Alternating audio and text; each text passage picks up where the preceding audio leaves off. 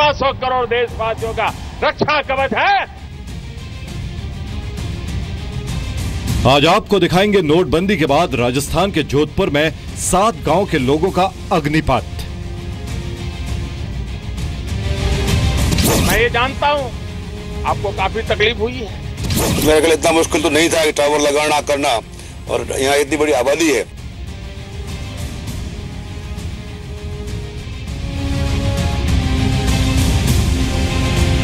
Note ban ने कैसे छत्तीसगढ़ सहित पूरे देश में नक्सलियों को एक ही वार में चित कर दिया, ये भी आपको बताएंगे। आतंकवाद, ड्रग माफिया, ह्यूमन ट्रैफिकिंग, उनकी सारी दुनिया पल भर में तबाह करके रख दी है। क्या बिहार के जमुई में दिल्ली नोएडा के प्राइवेट बैंक की तरह घोटाला हुआ है? है कि हम खाता भी नहीं खुलवाए हैं, हमारे नाम से एटीएम हमारे घर पे आ गया। देश का सामान्य मानवी ईमानदारी के लिए सहने को तैयार होता है। क्या नोटबंदी के बाद पंजाब में वर्दी वाले भी काले धन को सफेद करने में लग गए हैं? भाइयों बहनों, ये सफाई अभियान है, सफाई अभियान। 30 दिसंबर के बाद पुराने नोटों को रखने का नियम बदल जाएगा।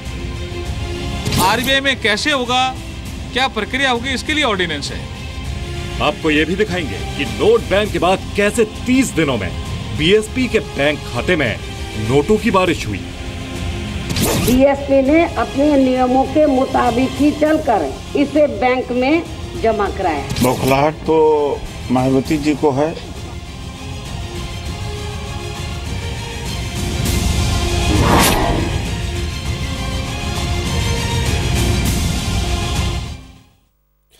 पचास दिन नोटबंदी के पूरे हो गए हैं। नोटबंदी के अर्धशतक के आपको अग्निपथ हम दिखाते हैं। पीएम मोदी ने कहा है कि उनके साथ 125 करोड़ लोगों का रक्षा कवच है और देश का हर ईमानदार शख्स काले धन के खिलाफ लड़ने और राह में आने वाली दिक्कतों को सहन करने के लिए तैयार है। काले धन वाले लुटेरों पर शिकंजा कसने में आम लोगों की भूमिका सबसे अहम है, लेकिन एक सीढ़ी के 12 पायदान कैसे इंडिया को कैशलेस बनाने की राह में सबसे बड़ी दिक्कत है, ये देखिए।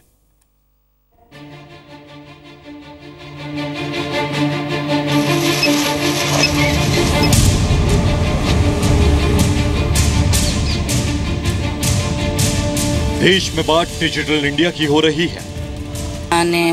गरबा धंधे में खोटी वापस ऊंचे सड़ो तो डर लागे नीचे पड़ जाऊं तो कौन सेवा साकरी करे, टाबरों रोटी बाटी कौन बनावे। लेकिन कैशलेस राशन की राह में ये सीढ़ी हिमालय बनकर खड़ी है। यहाँ अंगूठा लगता नहीं है, कभी तो ऊपर जाते हैं, कहीं रास्ता नहीं जाने के लिए बहुत असुविधा है।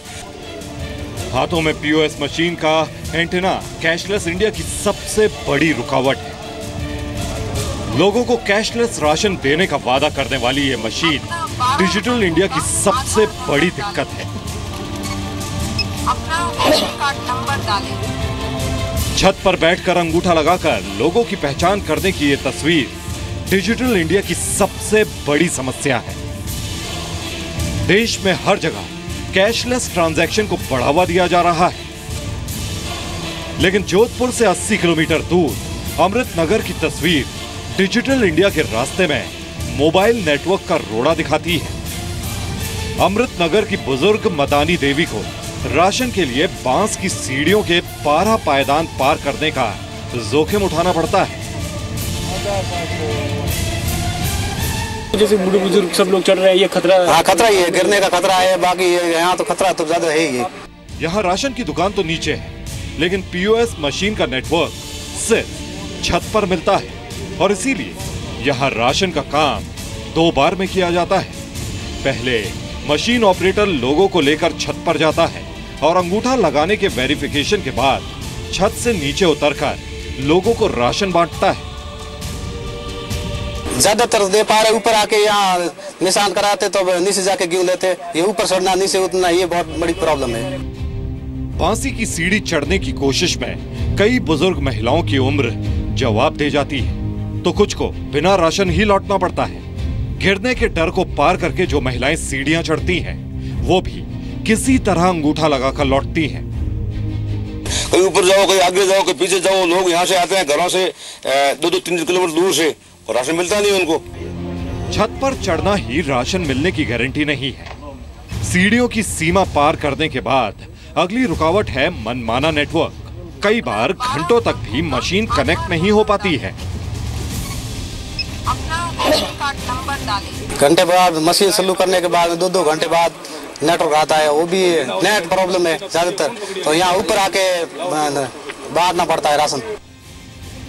ऊपर चढ़ने के बाद भी नेटवर्क तब मिलता है जब पीओएस मशीन के एंटेना को बांस में बांधकर ऊंचाई पर रखा जाए। गांव में मोबाइल नेटवर्क का भी यही हाल है। अब लोगों का सवाल है कि क्या यहाँ एक मोबाइल टावर लगाना इतना मुश्किल है?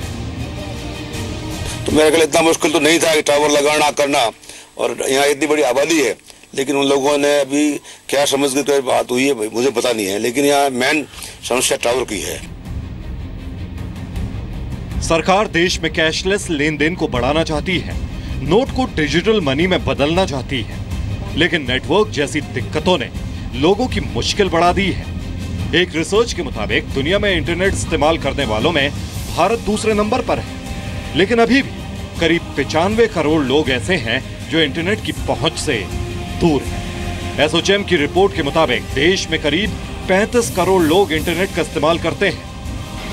सच्चाई यह है कि देश में इंटरनेट की पहुंच बढ़ रही है, लेकिन डिजिटल साक्षरता को गांव-गांव में फैलाने के लिए अभी भी मौजूदा ढांचे में काफी सुधार की जरूरत है। दयाल सिंह सांखला, जी मीडिया, अमृतनगर, राजस्थान। आपने कभी अगर बैंक अकाउंट खोला होगा तो महसूस किया होगा कि उसमें कितने पहचान पत्र देने पड़ते हैं, कैसे कैसे आईडी प्रूफ और एड्रेस प्रूफ मांगे जाते हैं। अब आपको दिखाते हैं बिहार की एक खबर। यहां चुपके चुपके सैकड़ों बैंक अकाउंट खुल गए और जिनके नाम पर यह अकाउंट खुले उन्हें ही पता नहीं चला।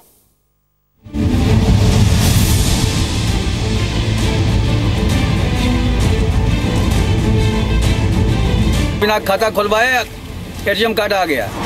क्या बैंक खातों की मदद से काले धन को सफेद किया जा रहा है? बिना बताए कैसे खुल गए सैकड़ों बैंक अकाउंट? किसने इन बैंक खातों में पैसा जमा करके निकाला? क्या फर्जी तरीके से अकाउंट खोलकर काले धन को सफेद किया गया? हम बैंक में खाता खुलवाए नहीं और हमारे नाम से खाता अपने आप खुला। इन सवालों के जवाब अब तक नहीं मिले हैं, लेकिन अचानक ये एटीएम कार्ड मिलने के बाद बिहार के जमुई जिले में अचंभो गांव के लोग अचंभित रह गए हैं। गांव के सैकड़ों लोगों को डाक से पंजाब नेशनल बैंक के एटीएम कार्ड मिलने शुरू हो गए। गांव वालों का दावा है कि उन्होंने खाता खुलवाने के लिए कभी अप्लाई ही नहीं किया था। उन्हें यह भी नहीं पता कि अकाउंट कब खोले गए और कौन इसमें पैसे जमा कर रहा है। लोगों को एटीएम मिलने के बाद पता चला कि उनका अकाउंट पास के ही सिझौड़ी गांव के पंजाब नेशनल बैंक ब्रांच का है। कि हम खाता भी नहीं खुलवाए हैं और खाता हमारे नाम से एटीएम हमारे घर पे आ गया और हम एटीएम लेकर के बहुत परेशान हुए। उसके बाद हम यहाँ बैंक में आए तो बैंक में हमको पता चला कि हमारे खाता से पैसा जमा निकासी। अकाउंट खोलने के लिए आईडी प्रूफ मांगा जाता है, लेकिन बिना पहचान पत्र के ये अकाउंट कैसे खुले, इसका जवाब अभी किसी के पास नहीं है। गांव वालों का दावा है कि इन बैंक खातों से ट्रांजैक्शन भी किया गया है। तो क्या ये काले धन को सफेद करने का नया तरीका है? बताए बिता सुनाए मैंने खाता खुला करके सबको एटीएम आ रहे हैं। कितने लोगों के एटीएम आए? 100 लोगों के। कुछ ऐसे लोगों के भी अकाउंट खुले हैं जो कई सालों से गांव से बाहर किसी दूसरी जगह पर काम कर रहे हैं। इनका दावा है कि इन्होंने कभी इस बैंक में खाता खोलने के लिए फॉर्म तक नहीं भरा। फर्जी अकाउंट की जानकारी देने वाले ऐसे लोगों की तारीफ करते हुए आज पीएम ने कहा कि देश ईमानदारी की लड़ाई लड़ रहा है और वो ऐसे लोगों का ऋण चुकाने की कोशिश करेंगे। मैं ईमानदारों की ताकत बढ़ाने के लिए लड़ रहा हूं भाइयों। ईमानदारों को शक्तिशाली बनाने की लड़ाई लड़ रहा हूं। सबका पसीना छूट रहा है भाइयों बहनों। ये सफाई अभियान है, सफाई अभियान। और देशवासियों ने मुझे मदद की है, इसलिए मैं लड़ाई लड़ पा रहा हूं भाई। गांव वालों से शिकायत मिलने के बाद ब्रांच मैनेजर ने जांच कराने की बात की, लेकिन लोगों को डर है कि कहीं इसमें निर्दोष लोगों को ही ना फंसा दिया जाए। मेरे पास पूरे अकाउंट की लिस्ट तो है नहीं, कोई किस्त कितने है मेरे पास अभी जितने भी आए हैं 10-12 अकाउंट का लिस्ट आया है। अच्छा, ट्रांजेक्शन उसमें हुआ है, कुछ में नहीं भी हुआ है। इसमें जब डीसी से बात की उनको बायोडेटा भी हम भेज रहे हैं।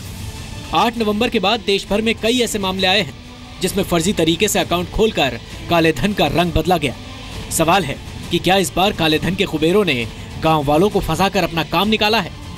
1-2 घटनाएं किसी की गलती हो सकती है, लेकिन एक ही तरीके से सैकड़ों अकाउंट खुलवाना बड़ी साजिश का ट्रेलर लग रहा है। मनीष कुमार, जी मीडिया, जमुई।